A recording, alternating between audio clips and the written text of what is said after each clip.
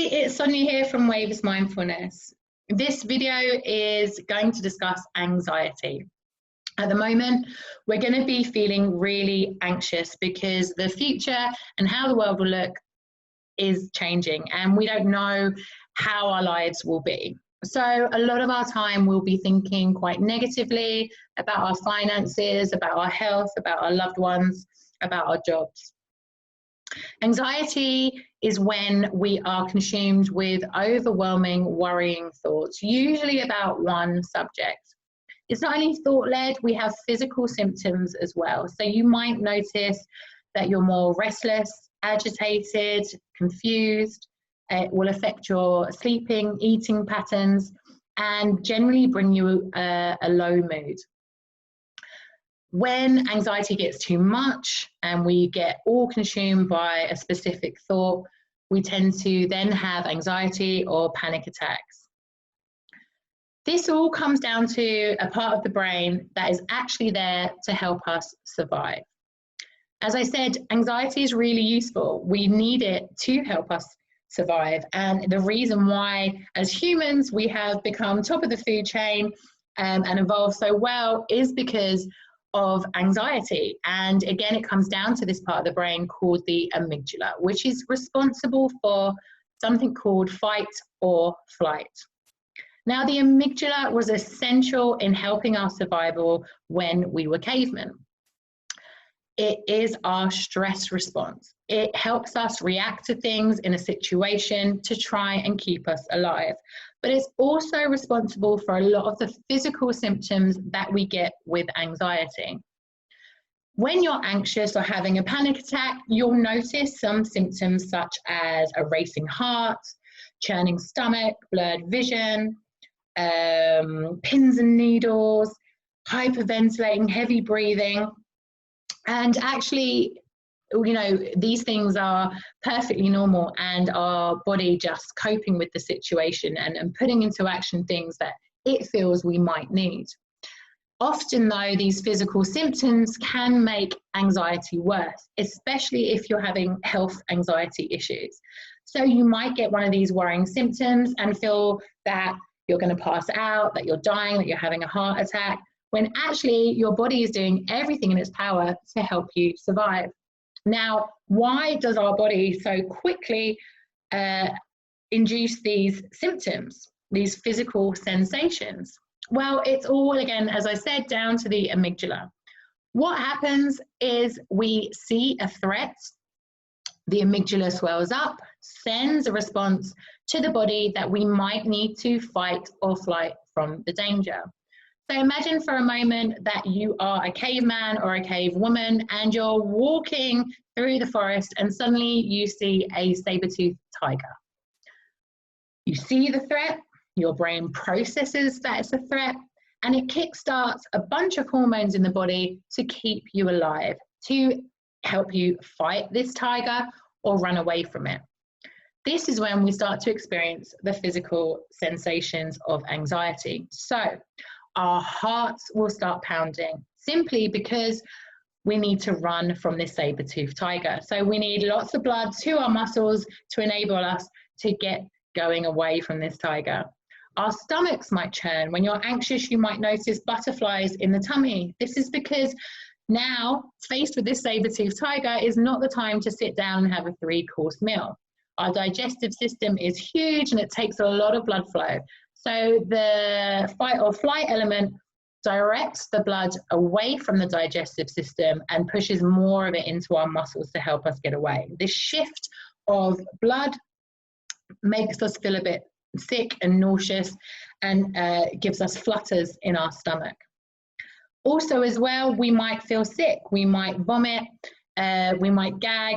And again, it's part of our survival mechanism. Back in the day, we couldn't pop to Tesco's for a sandwich. We had to do a lot of trial and error with our food. And so if we started to taste something that we didn't like or get some symptoms, dizziness, fever, your body might think that it's down to something you've consumed and it might make you be sick to reject the food that you've had. Again, your body just trying to help you survive, even though you haven't eaten anything. You might also experience pins and needles in your hands and your feet, in your extremities. This is because your body feels like it might be going to fight. And because we use our hands and feet to fight, it wants to push the blood away from those extremities in case we are injured so we don't bleed out quickly. Our vision might be blurred because we can't see the danger, we're running away from the danger, and our hearing needs to improve. And also the rush of blood can make us feel dizzy. Now, all these symptoms are really quite worrying. So when we notice them, it kind of confirms that something's not right. And so we go into an even deeper state of panic when actually our body is healthy. It's trying to make us survive this threat. Now, the problem is in 2020, our anxiety isn't from a saber-toothed tiger in the woods. Our anxiety is finances, health, relationships, our jobs. And unfortunately, the amygdala is a really blunt tool that hasn't really evolved into the modern day world. The amygdala doesn't know the difference between a perceived threat or a real threat. Therefore, you can be sat thinking about something that's negative or worrying, and your body will respond to it the same way as if that saber-toothed tiger was charging towards you. So mindfulness can really help with anxiety.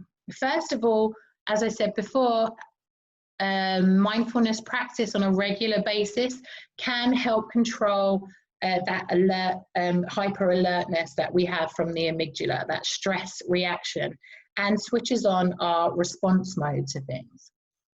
We learn to manage our thoughts, catch them, and either be content with them or push them to one side. We can also use something in CBT called the 3 C's. So it's catch the thought, challenge the thought, and change it. Next time you're feeling anxiety or having a panic attack, take a moment to stop and tune in to what's happening in your head rather than what's happening physically. You might want to tell yourself, actually, this is okay. This is my body telling me that I'm healthy. And tune in. What was I thinking? What was I doing before this attack happened? And I want you to then grab that thought. So the first step is to catch the thought, the anxious thought, and then challenge it. So a lot of the times our anxious thoughts are not true. They're things about the future. They're things that we can't control or that haven't happened. And we need to be able to challenge it, take an objective view. So this thought of ours, is it true? Is it useful? Is it helpful? Is it happening right now in the present moment? And then the next step is to change it. Turn that thought into something more positive or more productive. It might simply be telling us that whatever's happening in the future is beyond our control. And right now, I'm here, I'm safe, everything's okay. We also, with panic attacks, need to remind ourselves, especially if you've had them before, that I've been here before, I've felt this before, and I came out the other side. I struggled with panic attacks for years and years and years, and it never registered with me that I'd had 1,000,001 panic attacks and survived them until somebody said to me that nobody has ever died of a panic attack, because it's simply our body doing everything in its power to keep us alive. And once you take away that power that these panic attacks have, you can then begin to think a little bit more rationally. So remember next time those 3 C's of catch the thought, challenge it, be rational with it. And this might be that you might have to talk to somebody else and get their point of view on it, their rationalization. Let's use facts with our thoughts rather than fiction or make-believe or what could happen, what might happen. It simply is not happening. We aren't Mystic Meg. We can't see into the future. The only thing we can control is what's happening in the here and now. And it's that kind of talk, that self-talk, that helps us then use that third step of the 3 C's of changing that thought into something more productive, more true, and positive. A little tip that I use for anxiety is the 4 square breathing. This helps us refocus the mind, and also the breathing technique slows down the heart rate, and then you're physically feeling better, which sends a message back up to the brain to say that everything is okay. So it's very, very simple. You start by breathing in through your nose for 4 seconds, holding the breath for 4 seconds, then breathing out through the mouth for 4 seconds before repeating the cycle.